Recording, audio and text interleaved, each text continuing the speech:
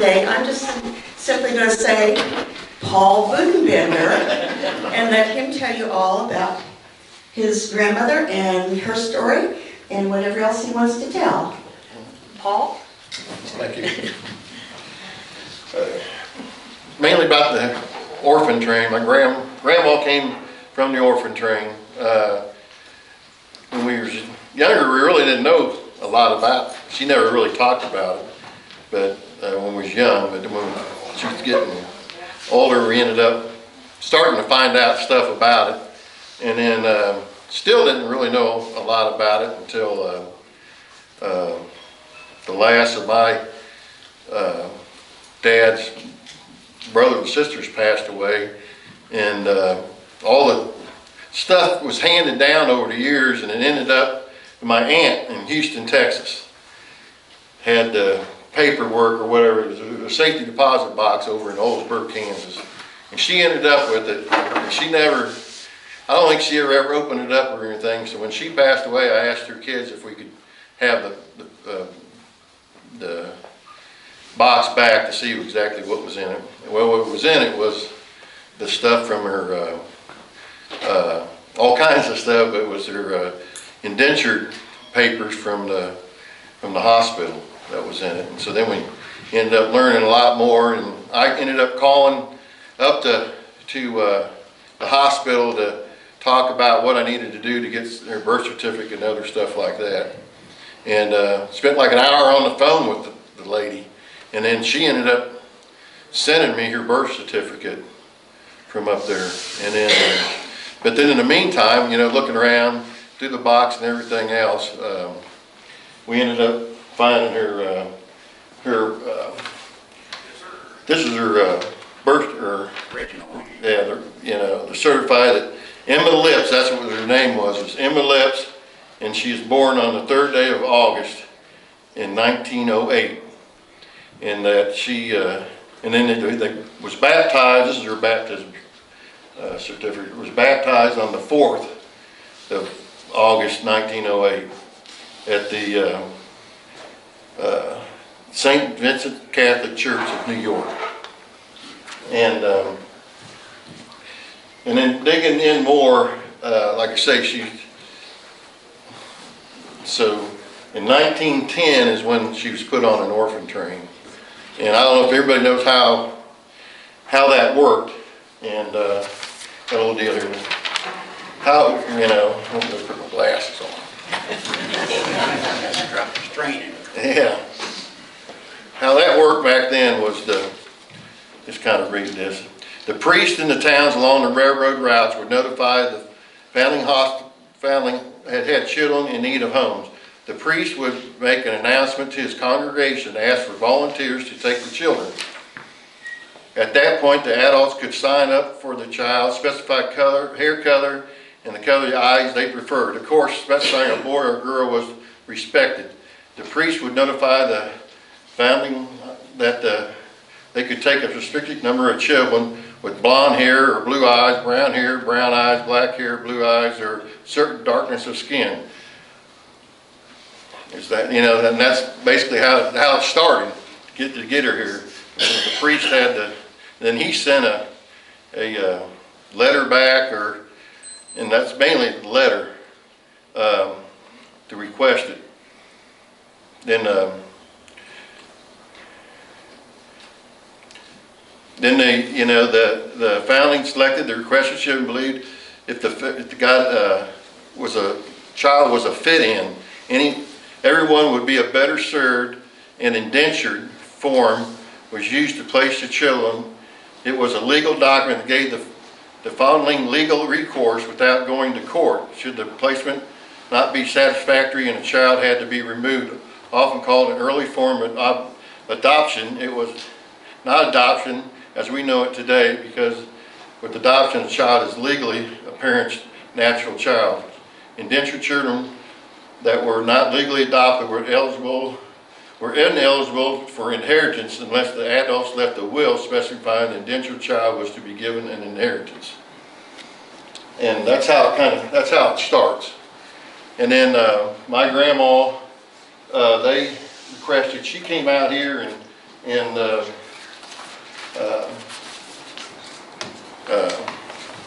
she was 2 years and 3 months old when she was out here. At the same time, Frank Bowmaker and Ernestine Budenbender Bowmaker is the couple that couple there.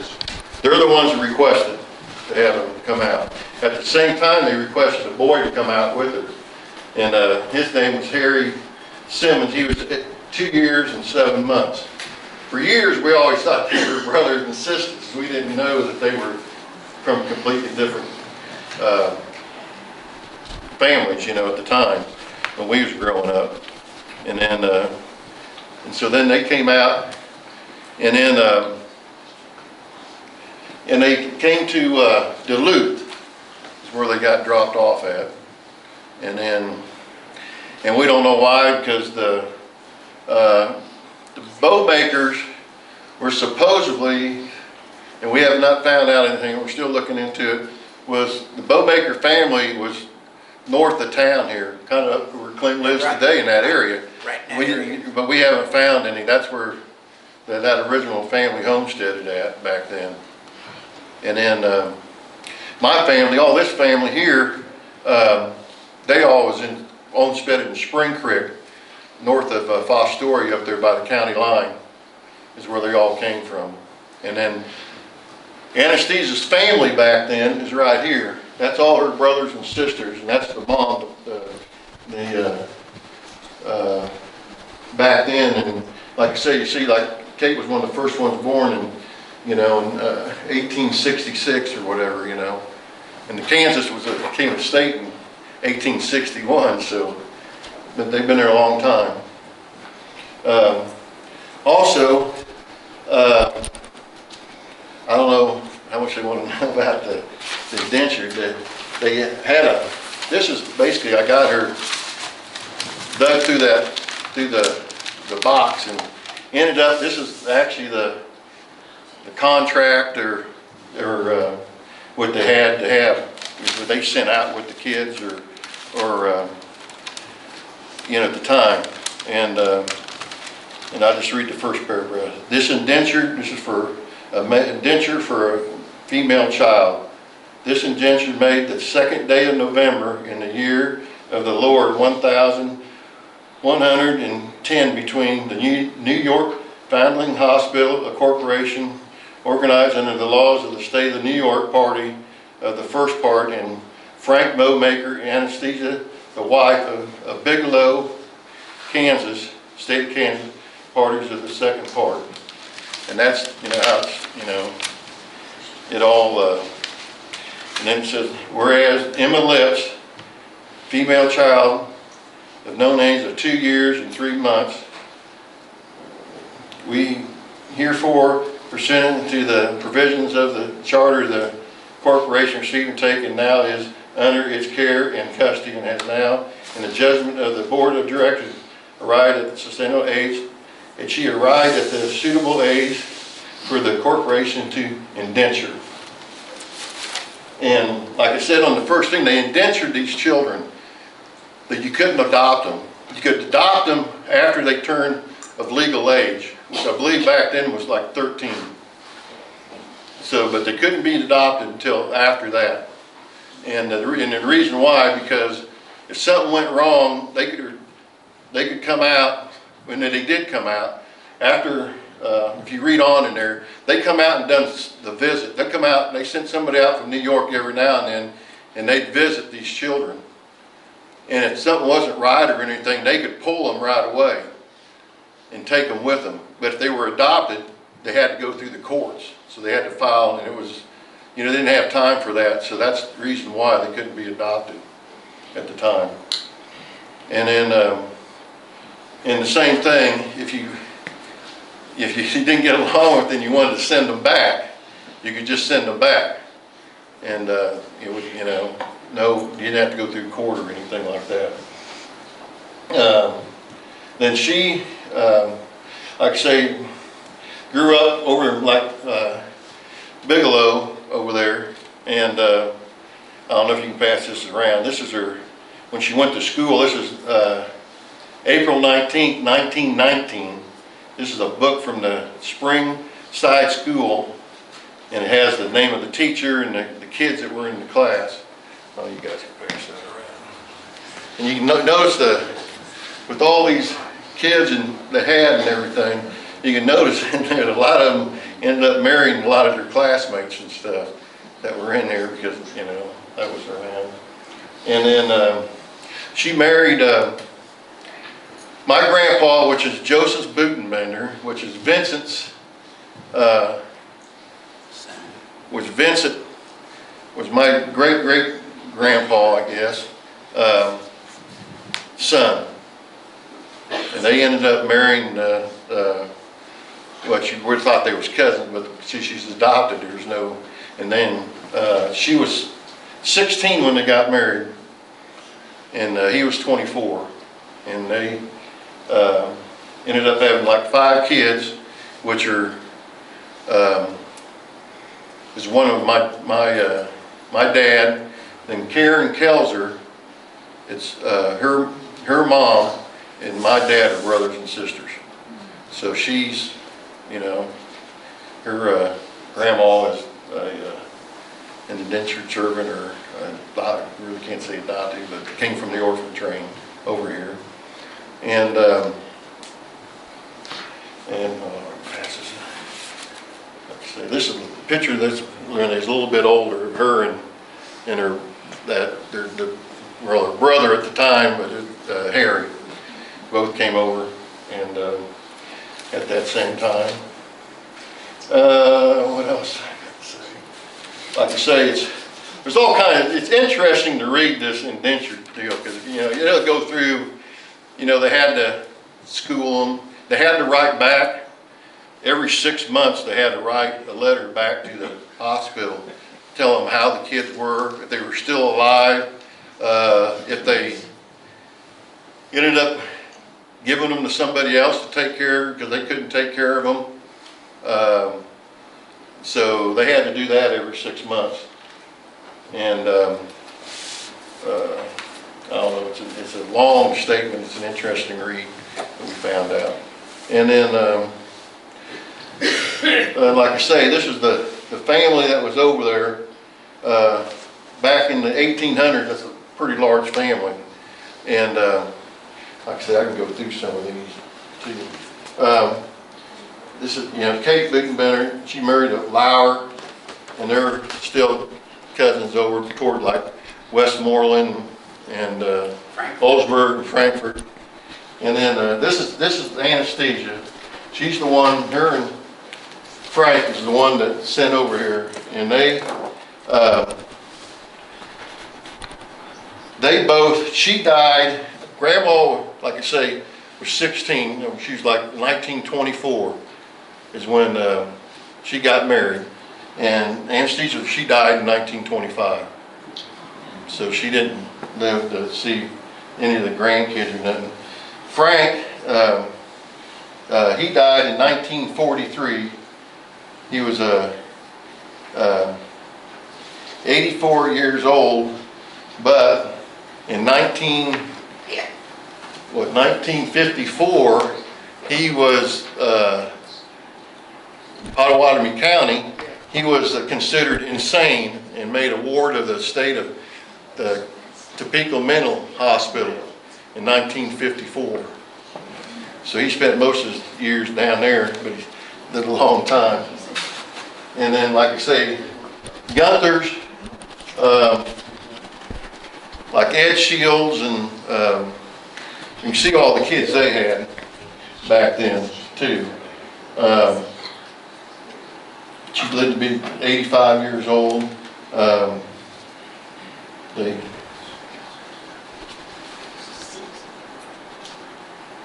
They had 10 kids themselves back then. And then Philip, which had been my grandpa's brother, married a Wagner. I don't know if there's any Wagners around. Miller, Anton Miller. Millers, there's a lot of Millers up at around Frankfurt, and they're all related. Elizabeth Katopish, they're up around Blue Rapids.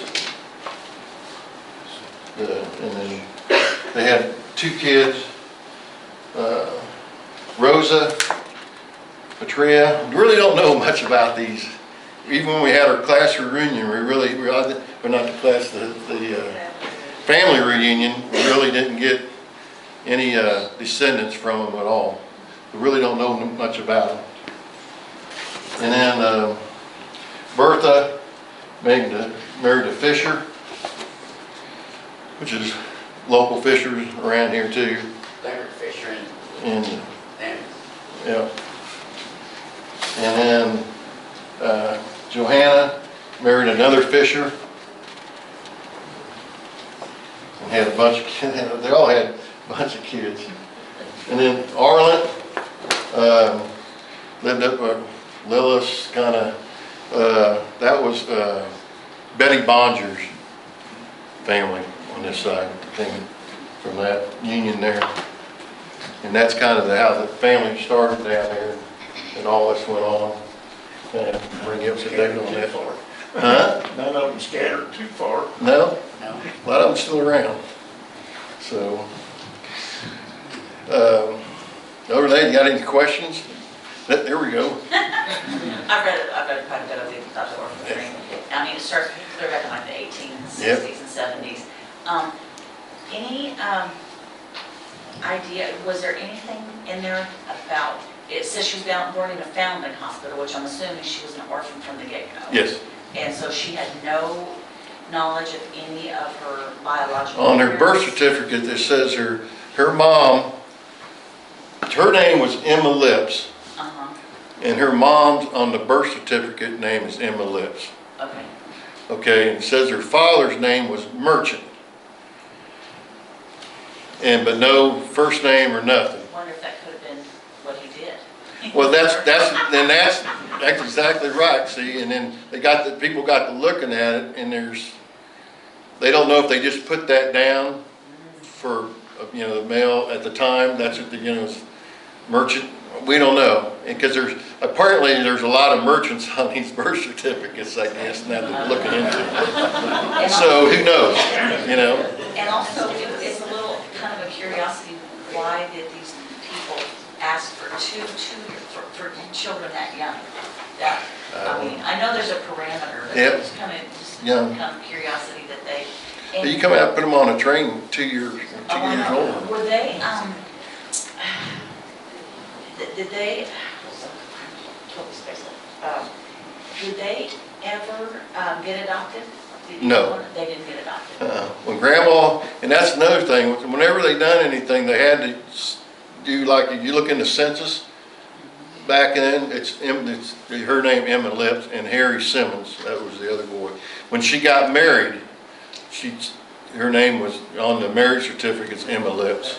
Okay. And then whenever she ever done anything, her name was Emma Lips. Whenever she signed anything or done anything until she got married to my Grandpa Joe.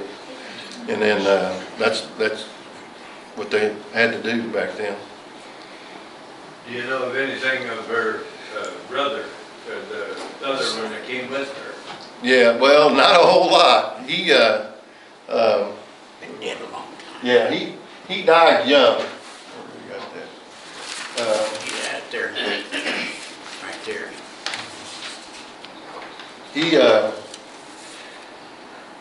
Grandma lived to 83 years old, and he lived to 54. And he was around Blue Rapids area. Did all the children come from New York? On the orphan church? Yes, that was their. How did they have so many children? What was going on then that caused so many children? Immigration was a big one. Yeah. Sent away. I got that too. You want to know?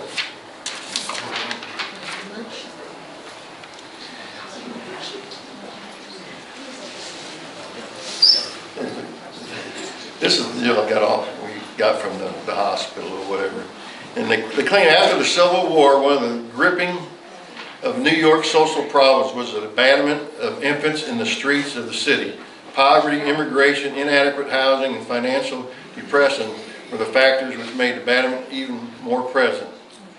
And what would happen back then is that they would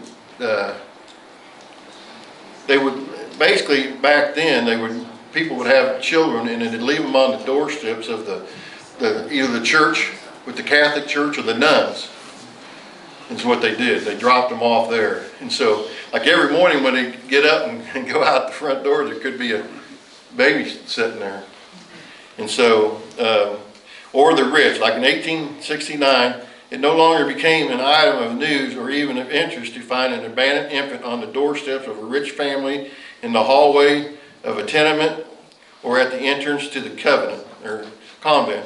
St. Peter's Convent on Broadberry Street was a favorite refuge of distraught mothers, and often the sisters, on opening the door to the morning, would find a tiny baby deposit on the doorsteps. And then there's the father anyway, he went to the nuns, and then that's when they started putting like a room together to have the nuns start taking care of them. And then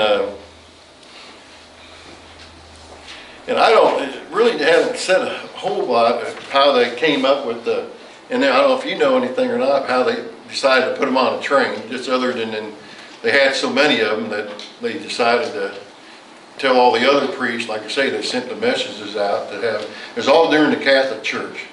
Paul, there's some information on those banners out there, and they can keep looking and reading there too, if we don't get all like I say, it's just questions done. it's such a, you can dig into it. There's a lot you can, even this, I don't know, if you want to come up and you can read the indenturement of the kids, you know, it's kind of funny, you know, everything that was in there, they had to, you know, everything's in there about having to take care of them. That makes that you had to have a Bible, had to be raised Catholic. It's all in there, you know. Had to have been educated and everything. So Medical care. yeah, everything. What was hard was when brothers and sisters had to be separated when they were a little bit older, and to be that was bad. I'm just kind of curious, is just people just requested children, or did they have to provide payment or something to the church or something No, like that? just request. There's no payment at all. Wow. There's never mentioned or nothing. It's just way to get these kids into a home. It's basically what they was trying to do at the time. They had so many of them. Like I say, I think they ended up at what 250,000 total in a span of years. There's what 40. On the sign, I think there's like 4,100 in Kansas that came to Kansas. There's about that many in Nebraska too, just an article on TV about this. I think it's in the deal out there. Nebraska got a lot of them, over 4,000 or something. That after a few years, then they started selling these or auctioning these kids off. No, if they got caught selling or anything to kids, they could take them away from or go find them.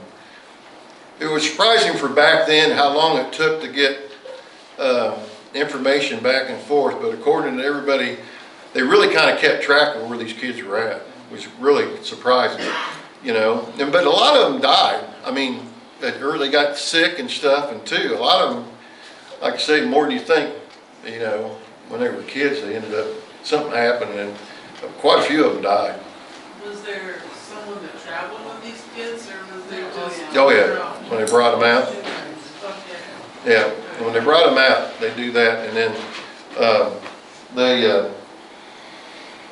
and like I say, it must have done, and that's what we was thinking. There's only certain areas they must have had a judge or some lawyer or something doing the paperwork for them, the seal, when they got there, because they had to be signed and when they dropped the kids off. So that's why that's the reason why they just picked certain depots and stuff. It was that if they had a person that was there that could take care of the paperwork for them while they was there in the And county. the further west they were each given a new outfit when they got on the train, and they had to change into it at each stop. And it was, and they got more and more dirty. That's why there's more in like Illinois and Missouri. Yep. And and by the time you got further on and you didn't get adopted, kids started getting desperate. But it was something. Yeah. There's some But like I say, most of them are up in the the north. I would say central to north east. There wasn't really. I don't think they have any really went south that I've read about, or That's the way. or way out west. But of course back then, Map showed quite a few in Texas. yeah. But like I say, like I say, there wasn't a ton, but a lot of them up north. So if your great grandparents requested a boy with these things and a girl with these things, were these two children specifically sent to them? Yep. Or were they in a pool of kids that were like that? When they left the Foundling Hospital, they were sent to her, So to them. there's nothing to figure out. And they were here, yeah. Ear tags. No. When they left up there, they were going to whoever requested them. Paul, were those two the only children that they had? Yes. Yeah, that was the only two children they ever had. Some of the parents were requested, especially if they had lost a child. Yep. They wanted to replace Yep. that child. I was just curious if that was having to do anything with requesting animals. No, Yeah. I don't know. It might have been, You like don't I say, because like I say, all their brothers and sisters had gobs of kids. So, who knows? But like I said, when you start looking into it, sadly, a lot of them, already passed way back then. And Your grandmother would have had her mother, biological mother would have gave her her name, but a lot of them kids probably had names that were Yeah. by the church or And then, whatever, wasn't it? Betty Bonger, mom was Pretz, Marie Pretz. And talking before Betty passed, we were talking to her, and at one time there was supposed to have been somebody from New York. I don't know if it was another sibling or that had written a letter or something to my grandma, and but we have not been able to track anything down yet. You do the DNA deal, which I did, and like I say, you end up with all these people, and around that New York area, and just out east, because the homesteaders here, they came from straight from Germany and came over here and homesteaded, and then the only two out of that family over in Germany, that there was two boys, and they came over here and get the land deed from Abraham Lincoln. It was on the land deed back in the time, and so and they came over, and then they got the deed, and they went back to bring their family out here to Kansas, and then his brother had died on the way over here, and so then they and he turned, and his family turned around and went back, and he kept on coming, and then homesteaded on the original homestead. Is that the one that worked at Barrett? Worked at Barrett's mill? I think so. And then great grandma, she's a Figner, or it's her last name. Fagner, yeah, Fagner, is that Fagner was her last name. Her family came over, and supposedly they were well off. They built, the house is still down on Spring Creek down there. Just been redone, basically, and it's a fancy house with all its woodwork and stuff on it for back then. And they also had, back in that time, over in Blaine, a lot of my family's all buried in Blaine. With Grandpa and Grandma and everybody, and Karen's mom and dad and everybody in Blaine there is buried in the Blaine Cemetery. But where the church is, that road right across the street there is there's behind the one facing the road there, then there's a little house there that's kind of run down right behind that.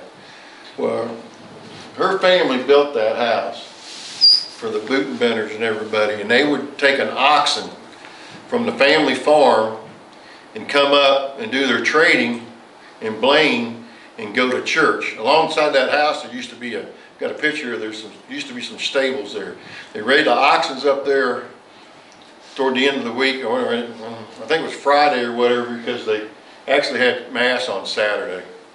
And so then they go to church and everything, and if the weather was all right, they'd take the oxen back down over the hills to the farm. And that house is still there today. Not much left of it, it's still there. Just right south of church, South second house side, south of church, on the west side of that street. And then, other than that, like I say, we got, any other questions about Grandma? Then you'd be probably related to Cyril Yes. Budenbender and Cyril. Cyril is Philip's son. The two boys they had were Vincent and Philip. And Philip's son is Cyril's. And my grandpa was Vincent's son, Joe. That's my grandpa who married Emma. Yeah, Cyril, and he ran the beer joint in Frankfurt, the Pool Hall in Frankfurt for years. Him and Arlett, which was his Albert Arlen. which was his cousin. So, other than that, I think we're good. yeah. Okay, we're going to kind of have a glitch here. We got some technical things. Deanna's going to talk about some grave sites, right? And Debbie wanted to comment on some things, so allow us to set up the projector and move some things around, and you can stand up and stretch if you really want.